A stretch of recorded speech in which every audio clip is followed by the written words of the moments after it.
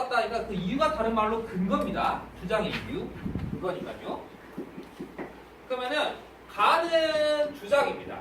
주장. 그리고 뒤에 나와 있는 나부터는 근거가 될 건데 보시면 알다시피 나의 뭐가 나와있는 뒤쪽에 첫째가 나와 있죠. 그럼 당연히 뭐도 나와 있을 것 같습니까? 둘째. 셋째. 예, 나도 나오죠. 그러면은 나가 첫째라는 거는 이게 근거 1이라는 얘기입니다.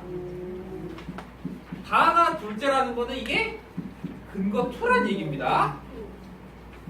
나가 셋째라는 거는 근거 세 번째라는 얘기고요. 이게 어디까지 가나 싶었더니 마에서 드디어 끝이 나오네요. 끝으로 한다는 건 얘가 근거 4라는 얘기입니다. 그럼 구조가 어떻게 되느냐? 가라는 주장 하나에 대해서 이렇게 구조를 열거하고 있는 구조에 가깝습니다. 열거. 가가 있으면 뒤에 그냥 가지치기 가나 가 이런 식으로. 이 열거를 다른 말로 뭐라 부르느냐? 병렬이라고 부릅니다. 병렬. 병렬적. 병렬적 제시 이런 말을 씁니다. 국어에서 열거는 병렬적 제시를 했습니다. 그래서 이제 그런 말이 있으니까 따라서 이제 요거에 대한 구조들 같은 경우는 이제 이렇게 그려두시면 됩니다. 이해되시죠? 그거가 되는 것들이 거고, 자, 요까지 하면 일단 논설문은 사실은 이제 요게 핵심이고요. 넘어가서 여기 쓰시면 저쪽에 다 보이시나요? 네. 예, 괜찮으세요? 예, 그러면 30회 여기 수필에 대해서 잠깐 넘어가도록 얘기하겠습니다. 30회 수필 넘어갈게요. 30회. 저 12시 20분까지 좀 맞죠? 10분이요. 안 돼.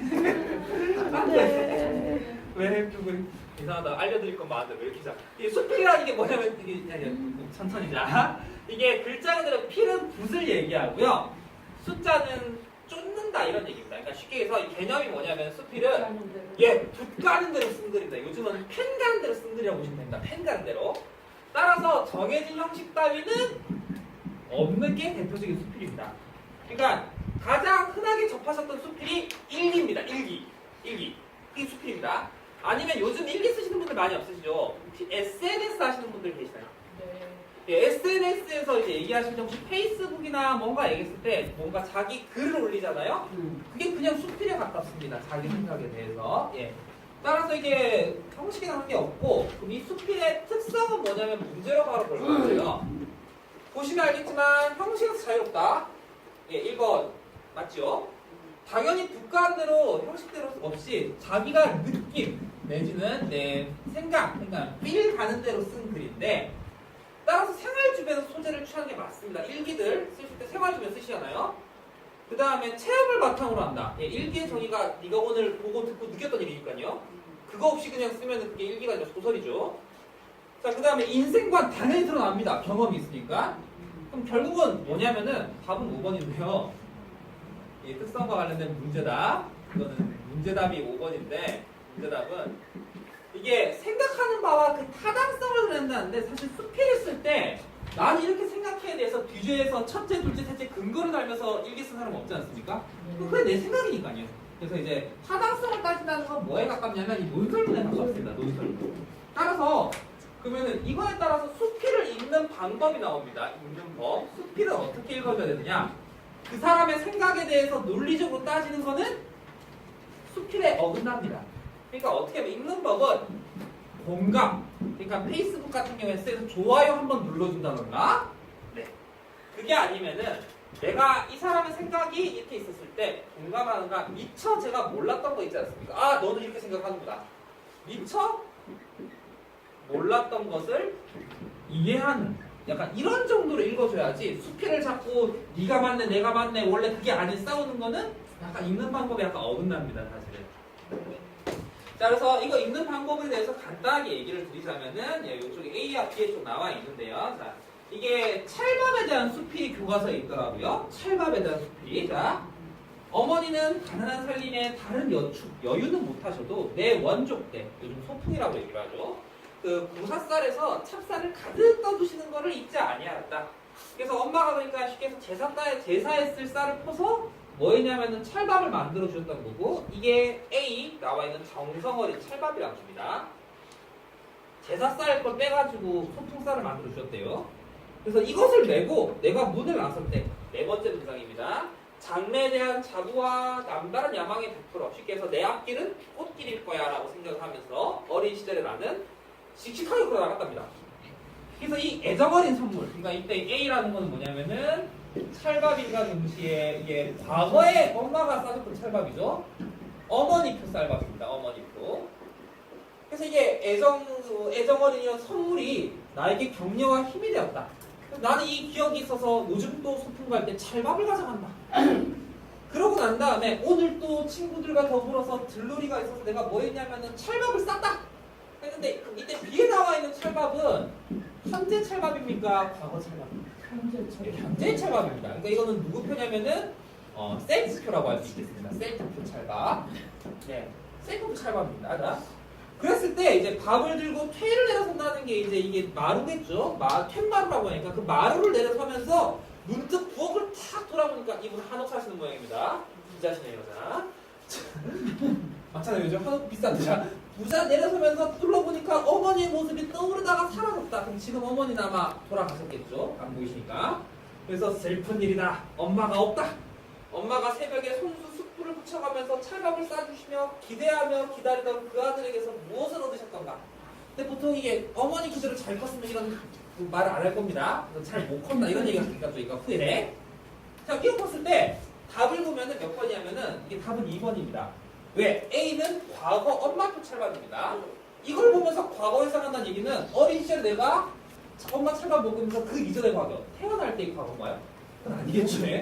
그래서 답이 2번일 수밖에 없는 겁니다. 예. 그래서 요 숙제 읽을 때 찰밥에 대해서 찰밥 맛없는데 어머니 왜 그러죠? 이렇게 하는 거는 잘못된 겁니다. 그러니까 이거에 대해서 공감을 하거나 찰밥을 이렇게 생각할 수도 있구나 이해를 하는 게 되게 중요하다 이렇게 말씀드리는 겁니다. 자, 그럼 넘어가서 10분까지라고요?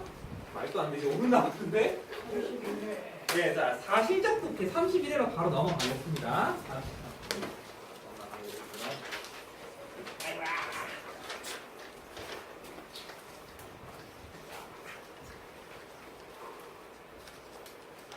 (31회) 사실적 독해라는 건데 이게 말이 약간 까다로울 겁니다. 독해가 뭐면 사실적 독해라는 건 또 뭐냐? 이렇게 할 수 있는데 독해는 이렇게 알고 계시면 좀 편합니다. 글을 이해하는 거.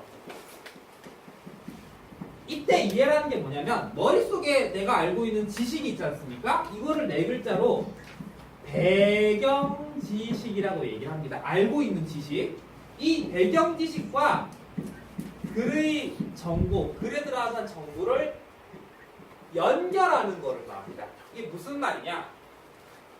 이제 저희 애가 이제 말을 막 쫑알쫑알하는데 아직 글은 못 읽습니다. 한글은. 근데 이제 요보다 좀 몇 살 더 가면 유치원 애들 있죠? 유치원 애들은 글을 읽습니다. 근데 유치원 애들한테 지금 여러분들께서 배우고 계시는 이 교과서 글을 읽으라고 하면은 되게 잘 읽습니다. 근데 문제는 열심히 손에서 읽고 난 다음에 자, 그게 무슨 말이냐고 물어보면은 모릅니다. 왜? 문자는 읽을 줄 알지만 이 내용을 연결을 못 시키기 때문에 그렇습니다. 그래서 이 머릿속에 있는 배경 지식과 얘는 머릿속입니다. 머릿속. 글 속에 있는 정보를 연결시키는 과정을 통틀어서 독해라고 합니다. 근데 이 독해는 무작정 다 이루어지는 게 아니라 순서가 있습니다. 순서. 그래서 이 독해의 첫 번째, 이 독해의 첫 단계가 바로 사실적 독해라는 겁니다. 사실적 독해. 이게 무슨 말이냐? 쉽게 얘기해서 이 글 자체만 일단 먼저 파악하는 겁니다. 그러니까 독해하려면 일단 얘가 파악이 돼야 되고 그 다음에 머릿속에 있는 얘랑 매치를 시킬 수 있는 작업이 두 번째 단계인 겁니다. 이해되시나요? 네. 그래서 요거 그러니까 사실적 독해는 이제 바로 글 자체를 파악하는 독해라고 얘기를 합니다. 원래 다른 반에서는 제가 또 예시도 들고 했는데 시간이 없으니까 후딱 넘어가야 될 것 같은데 자, 그래서 일단 그 사실적 독해 설명부터 일단 먼저 보면은 글 내용을 있는 그대로 파악하는 것 1번 맞습니다. 문제. 근데 이 내용을 파악한다는 건 뭐냐면은 이 글 자체가 세부 내용이라는 것과 중심 내용이라는 애가 있습니다. 세부와 중심. 그럼 세부 내용도 파악하고 중심 내용도 파악을 해야 됩니다. 그럼 2번과 3번 둘 다 똑같은 얘기가 있죠. 그 다음에 독자의 주목을 하는 거는 잘못된 얘기입니다. 독자는 어떤 거냐면은 글을 쓰는 사람에 따라서 글 내용이 달라진다는 건 이거를 한 단계 뛰어넘어서 이 연결 과정에서 약간 들어가는 걸 나중에 배우겠지만 비판적 독해라는 게 있습니다. 왜냐면은 이제 이런 게 있잖아요. 뭐 예시를 들자면 뭐 예컨대 이제 버스 대중교통을 뭐 활성화하자, 버스를 많이 타자 이렇게 주장한 사람이 있습니다. 근데 그 사람을 대중교통을 찬성하는 사람하고 대신에 이제 나는 승용차가 좀 더 좋다고 생각하는 사람하고 쓴 글이 뉘앙스나 의미가 좀 다르겠죠. 그래서 그 사람 누가 썼느냐에 따라서 똑같은 정보라도 다르게 전달될 수 있습니다. 그래서 그거를 따지고 보는 거는 비판적 독해라는 다음 단계입니다. 그러니까 이게 1단계에서 아직 할 일이 아닙니다. 그래서 답이 몇 번이냐면은 4번입니다. 이게 1단계이기 때문에 모든 독해의 기초가 됩니다. 이게 흔히 문제가 되는 건 이것도 이해를 못하는데 2, 3단계 나가려면 문제가 됩니다. 그래서 이게 4번, 답이 4번이 되고요. 이 사실적 독해의 방법도 쭉 보면 알겠지만 단어 파악하고, 왜냐면 이제 핵심어 파악하는 게 뭐냐면 내용을 이야기해서 단어가 문장, 문단이니까요. 단어 파악하고 그 다음에 내용 파악을 쭉 맞는데 5번, 이번에 사실적 독해 방법의 문제 5번을 보면은 타당성을 따지는 거 있지 않습니까? 이게 맞느냐 그러냐. 이 타당성 따지는 거는 역시 뭐에 해당되는 거냐면 비판적 독해, 이 다음 단계입니다.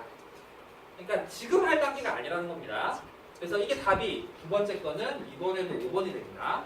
이해되셨나요? 이번에 5번 이렇게 됩니다. 그리고 3번은 또 혹시 보면 아시겠지만은 역시 3번도 비슷한 게 이게 보기만 봐도 문제를 풀어줄 수 있습니다. 3번에는 뭐가 있냐면은 전통과학에 관한 글이다. 이게 화제를 파악하는 거니까 그 사실적 독해의 화제 핵심어 파악하기랑 연관이 됩니다. 그 다음에 이 글의 핵심어가 전통과학이다. 혹시 맞는 말이죠. 그 다음에 셋째 문장에서 어구가 병렬 관계로 제시되어 있다거나 4번 가업과 집이 의미관계에서 유의관계다. 이런 말은 뭐냐면은 역시 이제 단어와 단어 사이의 의미관계나 관계를 얘기하는 겁니다. 의미관계. 그러니까 따라서 5번이 뭐냐면 전통과학과 오늘날 과학의 차이점이 뭔지 생각한다는 건 뭐냐면 여기 위쪽에는 현대과학이라는 글에는 말이 한마디도 안 나왔습니다. 그럼 이 글을 읽으면서 머릿속에서 내가 가지고 있는 현대과학과 글의 정보를 비교한다. 이거는 역시 1단계 살 일이 아니라 그 다음 단계 살 일이 되는 겁니다. 그래서 답이 5번이 되는 겁니다.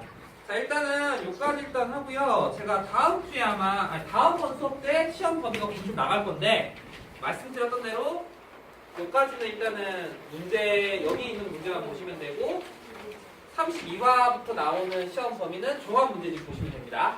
네, 그리고 제가 27화부터 나와 있는 문제답은 제가 지금 여기 적어드리겠습니다. 네, 식사 일단 맛있게 하시고요. 제가 이거 문제답 다시 적어드릴게요. 27회 문제는 답이 5번 1페이지 답은 5번이고 2페이지는